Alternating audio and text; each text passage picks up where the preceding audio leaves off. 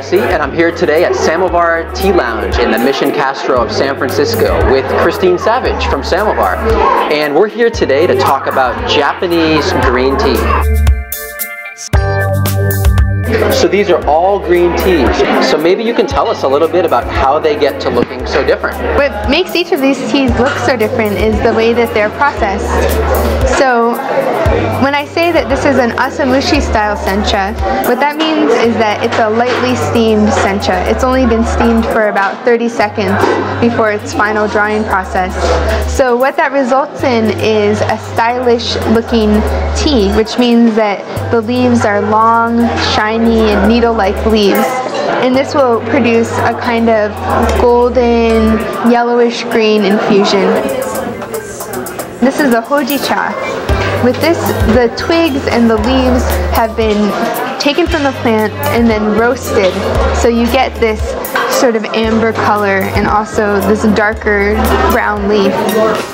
The Lobocha is an example of a Fukamushi Sencha. When I say that, that means it's been deeply steamed. It's been steamed for 90 seconds. And while an Fukamushi style leaves the leaves intact, Fukamushi breaks up the tender leaf. This processing was introduced about 30 years ago in order to deal with the declining water quality in Japan. And so this produces a much greener, sweeter, more opaque brew, which is, you know, a quality sought after right now with senchas. It's very delicious. And then this one here is an example of, again, Matcha. We call this one Ryokucha. So we have a sencha, a steamed Japanese green tea, mixed with toasted rice and matcha powder. So it gives a really green infusion, which is what Ryokucha means, green tea. This one here is called Spring Twig, and it's a Kukicha and matcha blend. And we call it Spring Twig because the stems that you see here, Kuki means stem, so it's a stem tea.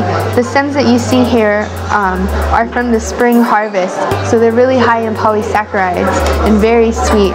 And then to that we've added a matcha powder, so you get this really sweet, creamy infusion. And then this final one, this powder here, is the matcha powder. And this is a famous traditional Japanese tea that's used for tea ceremony. And the way that it's processed is the leaves are grown under shade and then for 1 month under total darkness, which really makes the chlorophyll grow, you know, overproduce in the leaf, which makes it a vibrant green and makes for a sweeter leaf also. This tea, after the leaves are picked, it's deboned, or they take the little stems out of it, and then you just have the leaf itself, and then they take that and they put it inside of a stone mill, which is like 2 stones turning in opposite direction, and then out falls this beautiful green jade powder. And what do you have on your left? Well, this here are all the implements that you would need to prepare matcha powder.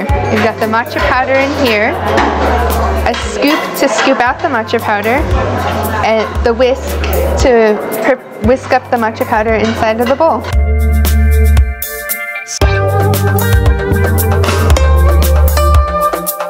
Well, thank you, Christine, for this amazing education about Japanese green tea, and I think it's time that we start drinking. All right.